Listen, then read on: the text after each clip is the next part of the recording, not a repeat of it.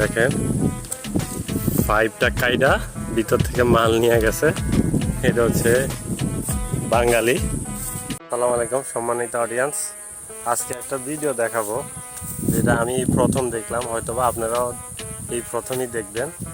এই দেখেন, এই যে আমার সামনে যে সোলার প্যানেলটা দেখতেছেন, সরকারের একটা প্ল্যান, যে এই সোলার প্যানেল দিয়া এই যে এই জমিগুলা কৃষিকাজ করে, একেবারে বিদ্যুৎহীন, সূর্য থেকে কারেন্ট নিয়ে এই সোলারের মাধ্যমে এই জমিগুলো সেচের কার্য চালায়।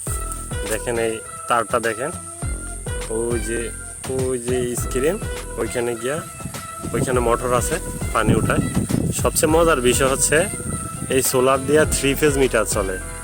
এবার বোঝা যায় আসলে এই সোলারের কত পাওয়ার।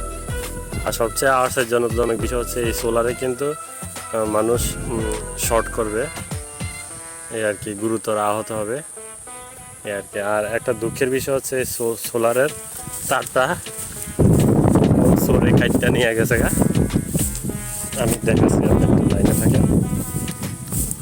দেখেন পাইপটা কাইডা ভিতর থেকে মাল নিয়ে গেছে। এটা হচ্ছে বাঙালি কিছু শান্তিতে রাখবে না। সরকারের লাখ লাখ টাকার প্রজেক্ট। আর সবচেয়ে বড় কথা হইলো, জমিতে শ্বাস হইলে তো মানুষ খাবার পাবে, কিন্তু ওটা সরে বিচার বিবেচনা করে না, কাইটা নিয়ে যায়। তার কোনো রকম মিনিট টাকা হইলে চলে। ধন্যবাদ সবাইকে, ভালো থাকবেন।